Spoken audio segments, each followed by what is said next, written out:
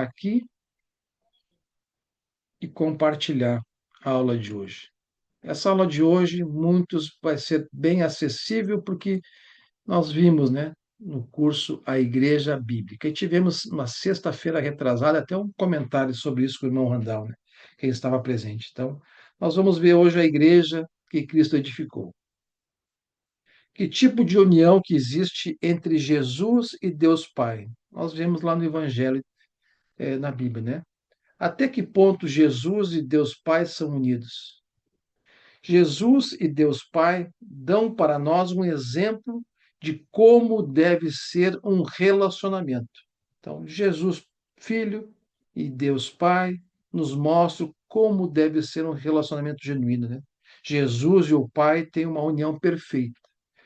Quando nós aprendemos sobre Jesus, nós passamos a conhecer mais sobre o Deus Pai também. Jesus nos mostra o que é ser obediente. Jesus nos ensina o que é ser obediente a Deus. O que um pensa é também o pensamento de outro.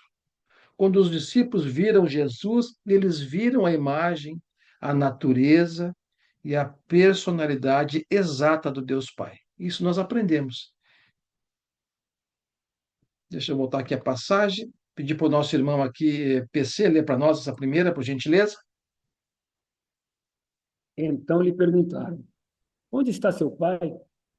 Respondeu Jesus: Vocês não conhecem nem a mim, nem meu pai?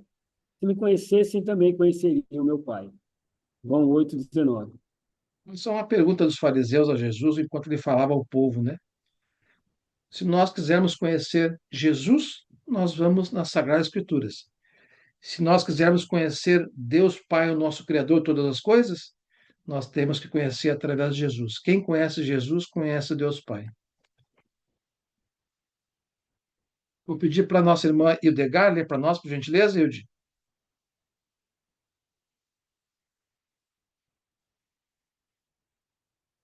Quer abrir o áudio? Se não abriu aí, abre teu áudio e lê para nós João 10:30. Eu Passar. e o Pai somos um. Então, nós aprendemos, né? Jesus falando a respeito das ovelhas que Deus deu para ele, né? Deus Pai deu para ele. E ele disse, né? Eu e o Pai somos um. Lê para nós, por gentileza, essa passagem, irmão Fernando.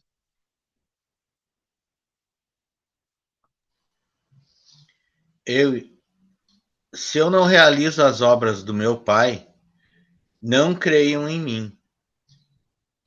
Mas se as realizo, mesmo que não creiam em mim, creiam nas obras, para que possam saber e entender que o Pai está em mim e eu no Pai. João 10:37. Jesus falando aos judeus que ele era o Filho de Deus. Então, ele estava mostrando que ele e o Pai, né? Que ele estava no Pai e o Pai estava nele. Então, nós sabemos, nós aprendemos que Jesus é o Filho de Deus, nisso nós cremos, por isso nós nos batizamos. Nós cremos nisso com fé. Deus Pai está em Cristo e Cristo está em Deus Pai. E nós temos que estar em Cristo. Estando em Cristo, estaremos também em Deus Pai. Lê para nossa passagem, irmã Pinzon, por gentileza, Colossenses 1:15-16.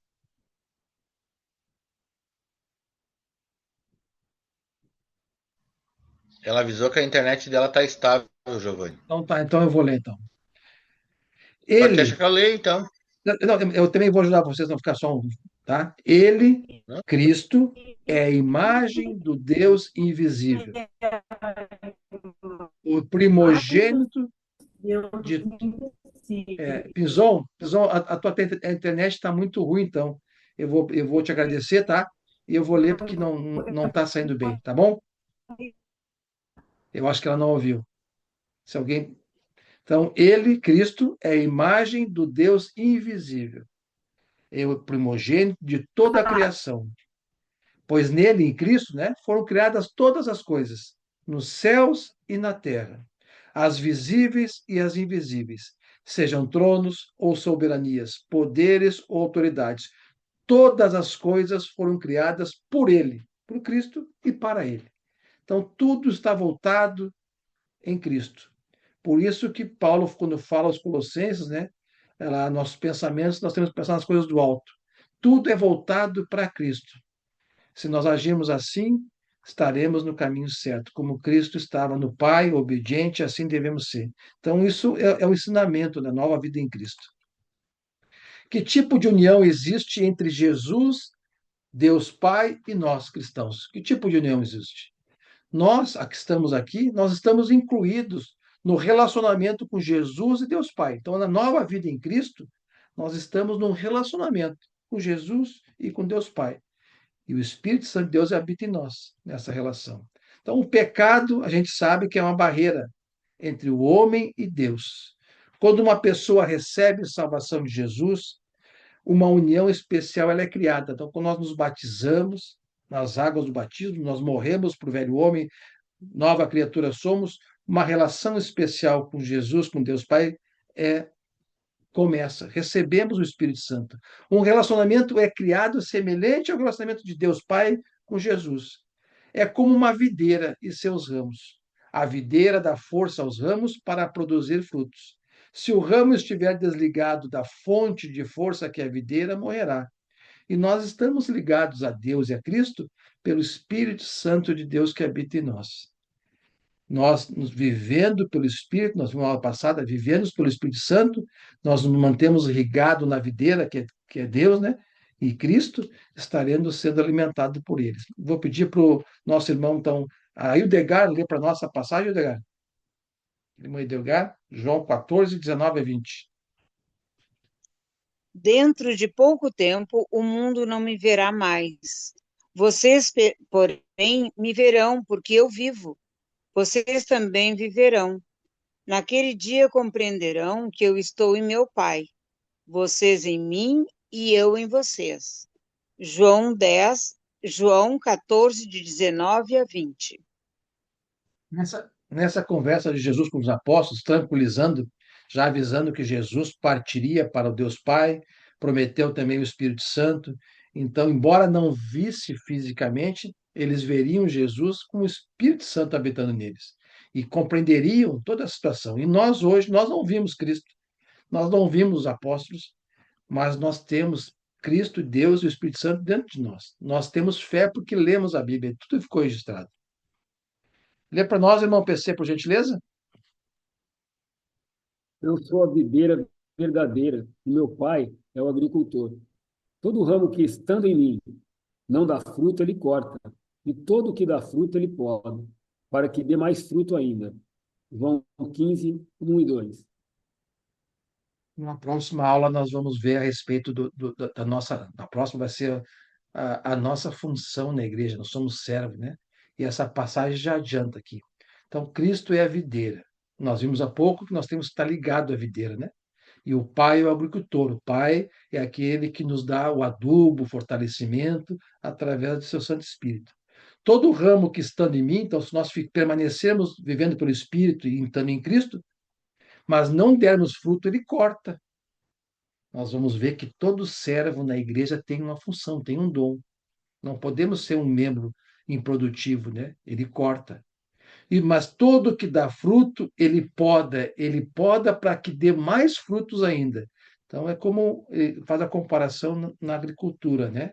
Então todos que estão aqui, nós temos que meditar se estamos em Cristo, se estamos dando fruto, para não sermos cortados, né? Não sermos tornarmos um membro improdutivo. O que Jesus espera de nós, né, cristãos, seus discípulos? O que ele espera de nós? Jesus orou a Deus para que os cristãos pudessem ter união. O propósito da união entre os seus discípulos é para que o mundo conheça a Deus e seu amor para com o mundo. Ou seja, os não cristãos têm que conhecer a Cristo através da igreja, de cada um de nós aqui, da nossa união. Os discípulos de Cristo podem ter essa união quando tiverem a palavra de Deus como seu guia. Então, todos nós aqui temos que ter a palavra de Deus como nosso guia. Nós temos que obedecer a Deus naquilo que está escrito nas Sagradas Escrituras. Lê para nós, por gentileza, Fernando, essa passagem, João 17, 20 a 21. Minha oração não é apenas por eles. Rogo também por aqueles que crerão em mim, por meio da mensagem deles, para que todos sejam um. Pai, como tu estás em mim, eu em ti, que eles também estejam em nós, para que o mundo creia que tu me enviaste. João 17, 20 e 21.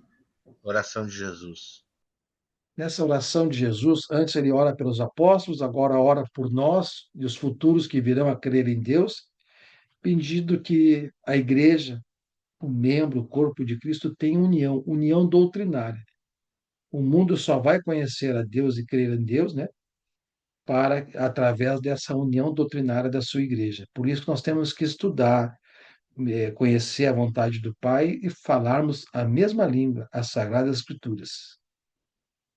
O, o que é a igreja que Cristo edificou? Nós vimos lá na igreja, no estudo, né, a igreja bíblica, que a igreja é o reino de Deus, o reino de Cristo, o reino dos céus aqui na terra.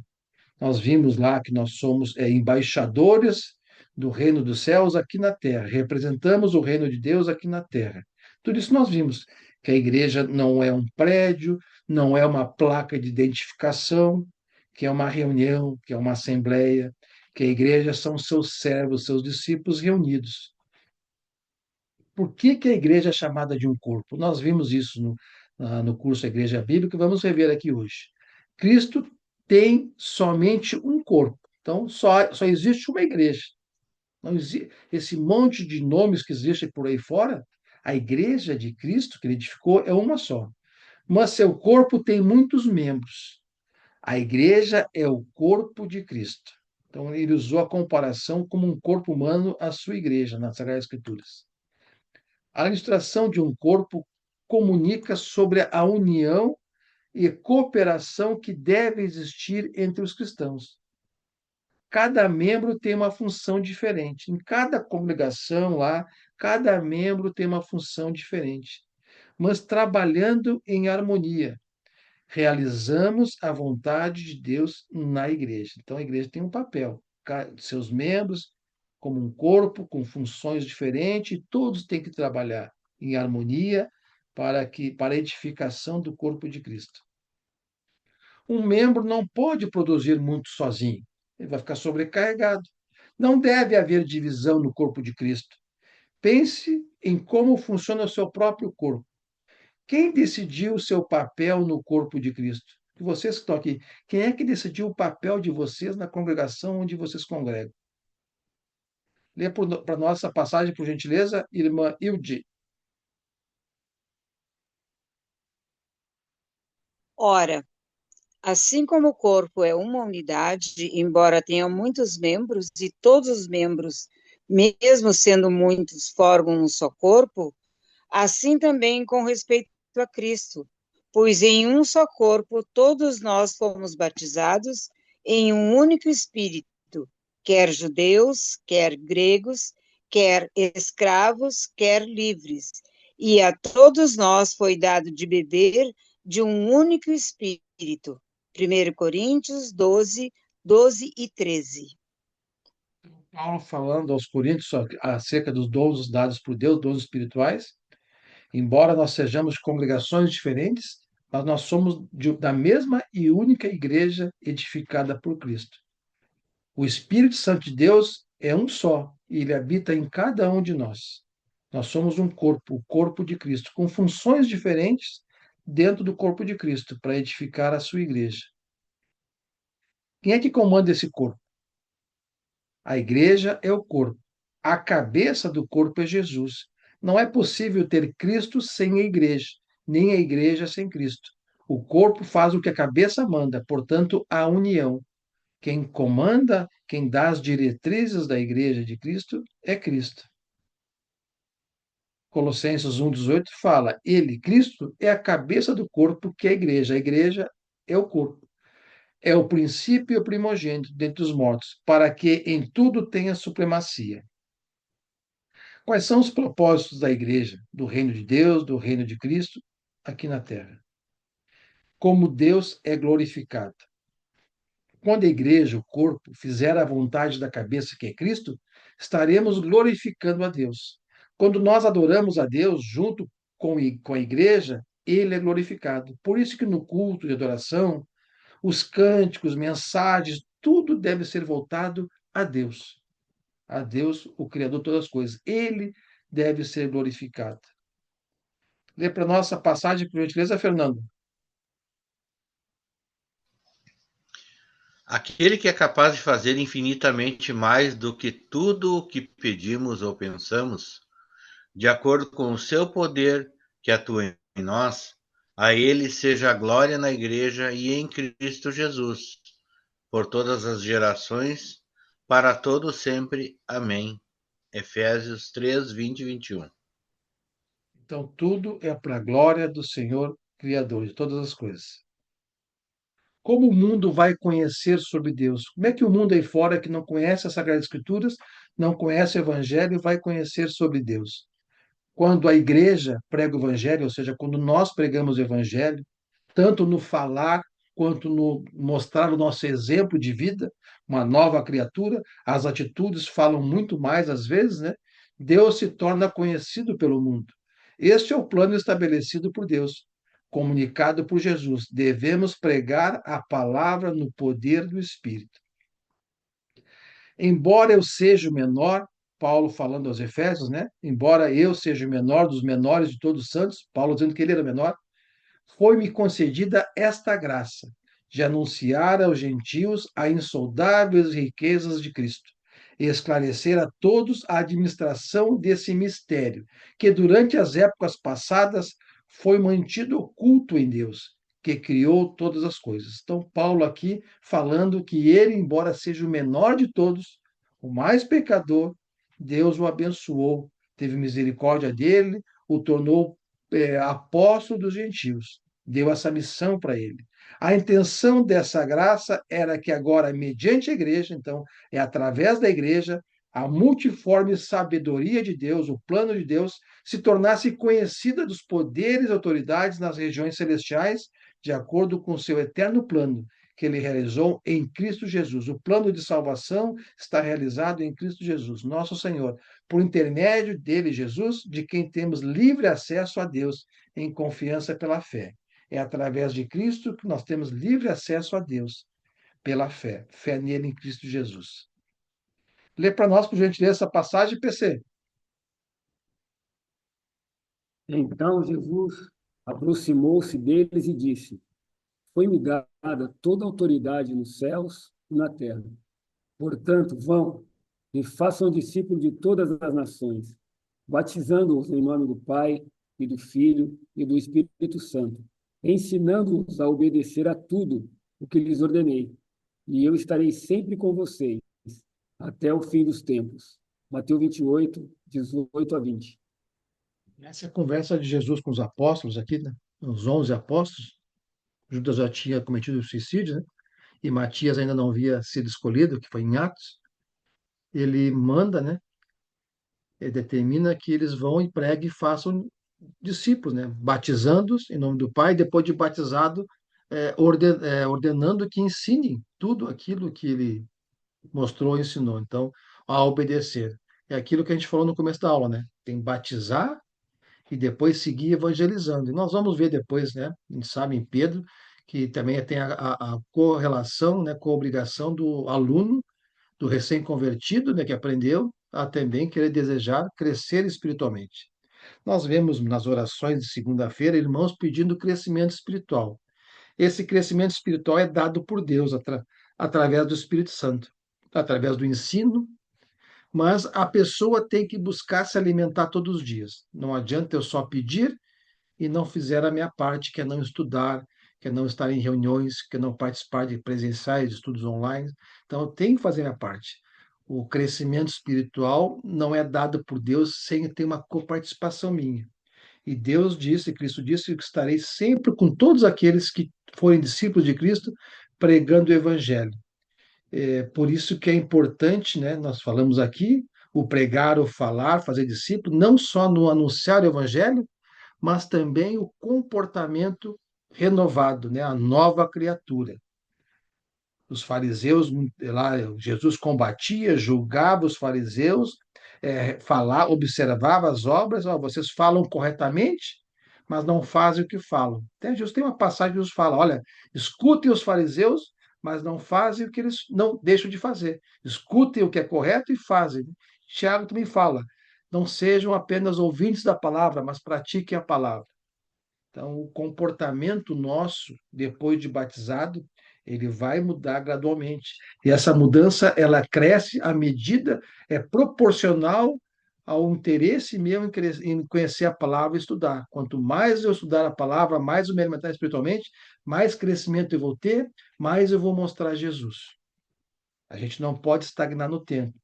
Não, eu não posso dizer, eu tenho 40 anos de evangelho e batizado. Não, isso não é resposta. Tanto que Hebreus, lá o autor falou, vocês já deveriam ser mestres e ainda precisam estar se alimentando de leite materno. Como que a igreja vai crescer em maturidade?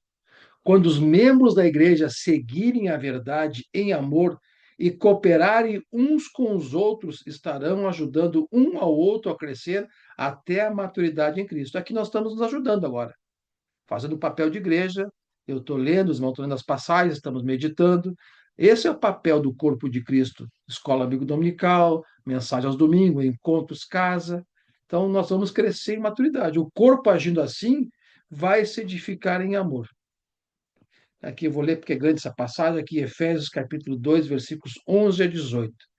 Então, Paulo falando aos Efésios aqui, portanto, lembrem-se de que anteriormente vocês, nós, né, eram gentios por nascimento e chamados incircuncisão. Então, ele está comparando aqui os gentios com o povo hebreu, né, povo de Israel. E chamados incircuncisão, pelos que se chamam circuncisão. Passando para os dias de hoje, é como se ele falasse hoje para o recém-convertido: olha, antes vocês estavam nas trevas, agora vocês estão na luz, são batizados, né? Feita no corpo por mãos humanas. Então, a circuncisão lá na velha lei era feita no corpo. E que naquela época vocês estavam sem Cristo, separados da comunidade de Israel, sendo estrangeiros quanto às alianças da promessa, sem a esperança e sem Deus no mundo. Então, hoje, quem está no mundo nas trevas está nessa situação, sem esperança, sem aliança da promessa, sem Deus no mundo. Mas agora, em Cristo Jesus, vocês que estavam antes, né, longe, foram aproximados mediante o sangue de Cristo. Então, todos nós batizados fomos aproximados de Deus mediante o sangue de Cristo. Pois Ele é a nossa paz, Cristo é a nossa paz, o qual de ambos fez um e destruiu a barreira, ou seja, povo judeu e gentil, destruiu a barreira da inimizade e fez um.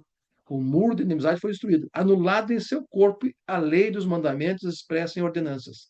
O objetivo dele era criar em si mesmo, dos dois, um novo homem, fazendo a paz, e reconciliar com Deus os dois em um corpo, por meio da cruz, pela qual ele destruiu a inimizade. Ele veio e anunciou a paz a vocês que estavam longe, e paz aos que estavam perto, pois por meio dele, tanto nós como vocês, temos acesso ao Pai, por um só Espírito. Então, Cristo teve o papel de pegar os que estavam longe, os gentios, os que estavam perto, trazer para Deus a nova aliança, desmanchar o muro da inimizade e fazer um novo povo, os cristãos. Quais são algumas das ações da Igreja de Cristo? Quais ações descrevem a submissão da Igreja a Deus? Quais ações descrevem que nós estamos submissos a Deus? Ser cristão, irmãos, membro da igreja, é estar em ação. Não existe membro parado, membro morto. Nós vimos lá naquela passagem, se não dermos fruto, ele corta. Se dermos fruto, ele poda para dar mais fruto.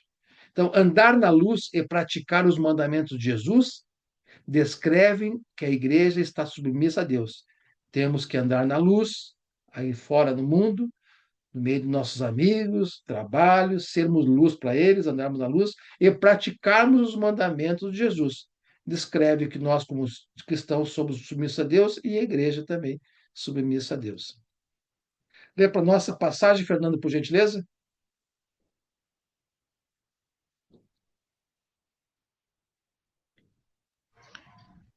Esta é a mensagem que dele ouvimos e transmitimos a vocês. Deus é luz. Nele não há treva alguma. Se afirmamos que temos comunhão com ele, mas andamos nas trevas, mentimos e não praticamos a verdade. Se, porém, andarmos na luz, como ele está na luz, temos comunhão uns com os outros. E o sangue de Jesus, seu Filho, nos purifica de todo pecado. 1 João 1, 5 a 7.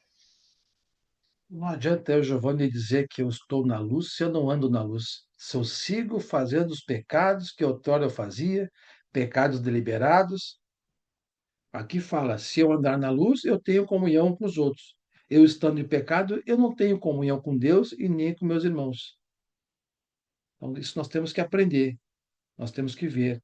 E o julgamento de se encontrarmos algum irmão que não está na luz, não está andando na luz, alertá-lo para que volte para a luz, para que volte a ter comunhão com Deus, Pai e com os irmãos, para que peça perdão pelos seus pecados e volte a andar na luz, tendo comunhão. Se ele seguir andando nas trevas, pecando de forma deliberada, ele não vai ter comunhão com Deus e nem com a igreja. Lê para nós a passagem, Mailde, 1 João 2, 3, 6. Sabemos que o conhecemos se obedecemos os seus mandamentos. Aquele que diz, eu o conheço, mas não obedece aos mandamentos, é mentiroso e a verdade não está nele. Mas se alguém obedece à sua palavra, nele verdadeiramente o amor de Deus está aperfeiçoado. Desta forma sabemos que estamos nele. Aquele que afirma que permanece nele deve andar como ele andou. 1 João 2, 3 a 6. As passagens de Cristo, as falas de Cristo, elas são fortes porque elas ensinam, têm uma exortação, um chamado de atenção e dentro com amor, né? Com amor. E eu fico feliz por todos vocês que participam dos estudos, não só hoje, como todos os dias. A gente percebe que esses que querem se alimentar, eles estão buscando estar na luz, né? Permanecer na luz. A gente, quando conhece uma congregação, convive com ela, a gente sente falta de alguns irmãos, a gente entende o porquê que passam tanto problemas, e essa passagem explica isso, né? Então, nós sabemos que o conhecemos, né? A gente sabe se esse irmão conhece a Cristo, se ele obedece os mandamentos de Cristo. Aquele que diz que conhece a Cristo, mas não obedece, é mentiroso. Então, essa questão mentira, né? Sigo a Cristo, sou cristão, mas não faz a vontade de Deus, segue pecando, é mentiroso. E a verdade não está nele. Mas se alguém obedece sua palavra, sim, aí está o amor de Deus está nele e vai se aperfeiçoando. Então a gente sabe se uma pessoa, se o irmão, se estamos nele, é quando nós andamos como Cristo andou. Ou seja, Cristo sempre andou obedecendo a Deus Pai. Quais ações descrevem como a igreja cuida de seus membros? Aí no coletivo, como é que ela cuida de seus membros, né? No primeiro século, os membros da igreja se dedicavam ao ensino dos apóstolos. Então, ó, a igreja bíblica tem que ter ensino. Tinham comunhão, tem que ter comunhão. Adoravam a Deus, tem que adorar a Deus. E juntos partiram o pão, que é a ceia do Senhor. Também oravam juntos e tinham tudo em comum. Então, a igreja bíblica, a igreja que Cristo edificou, tem esse papel: ensino, comunhão, adorar a Deus, partir o pão. Por isso que nós temos que estar sempre exortando, encorajando a igreja, os irmãos, a estudar, a ter comunhão com Deus, comunhão com a igreja, a ir no culto, a partir o pão, porque é isso que vai fazer com que permaneçamos no caminho do Senhor, na luz, andar na luz e não nos afastarmos. Lê para nós, por gentileza, essa passagem, PC, Atos 2:42. Eles se dedicavam ao ensino dos apóstolos e à comunhão, ao partir do pão e às orações. Atos 2, 42. Façamos a mesma coisa. Vamos nos dedicar ao ensino que está na Bíblia. A comunhão, se a congregação, a igreja tem estudos online, participe. Se tem estudos presenciais, vá. Compareça todo domingo, dia do Senhor, para partir o pão e adorar a Deus, a orar, reunião de orações. Faça cada um a sua parte e, em conjunto, o papel da igreja. Não esqueçam que as escolas dominicais estão aí nas congregações para ajudar a fortificar o irmão no conhecimento da palavra do Senhor. Se a tua congregação tem escola dominical, não deixe de comparecer. Quais são os atos de louvor da igreja? Os membros da igreja se reuniam no primeiro século, no primeiro dia da semana.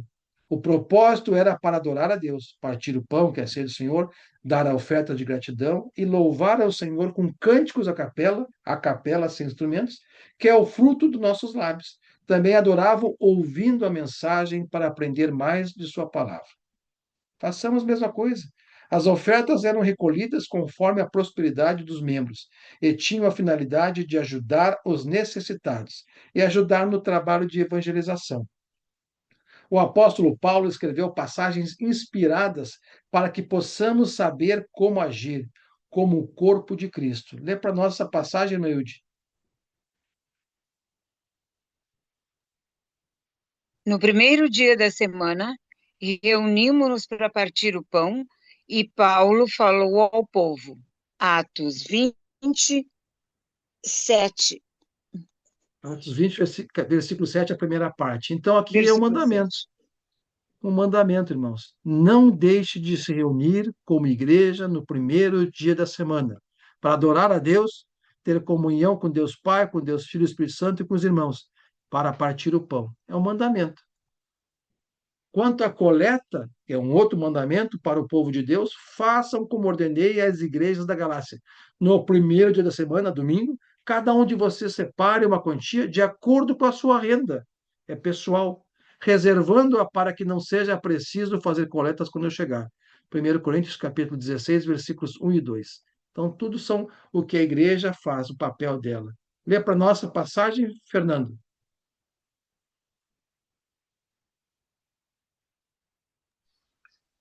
Habite ricamente em vocês a palavra de Cristo. Ensinem e aconselhem-se uns aos outros com toda sabedoria, e cantem salmos, hinos e cânticos espirituais, com gratidão a Deus em seu coração. Colossenses 3,16.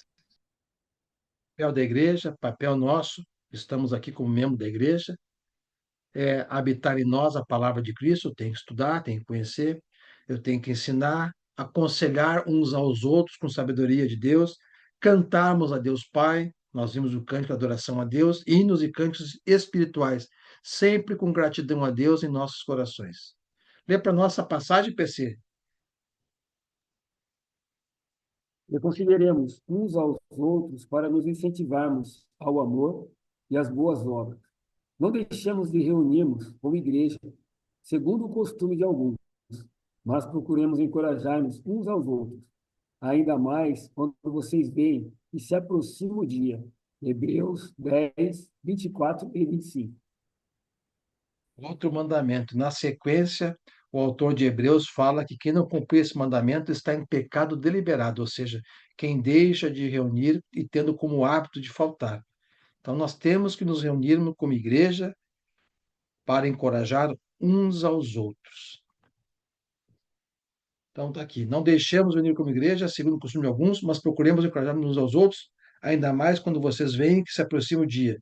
Se continuarmos a pecar deliberadamente, ou seja, tendo o hábito de faltar aos cultos, depois que recebemos o conhecimento da verdade, eu sei que essa é a verdade, eu sei que eu tenho que congregar, eu sei que tenho que me reunir com os irmãos, que eu tenho que partir o pão.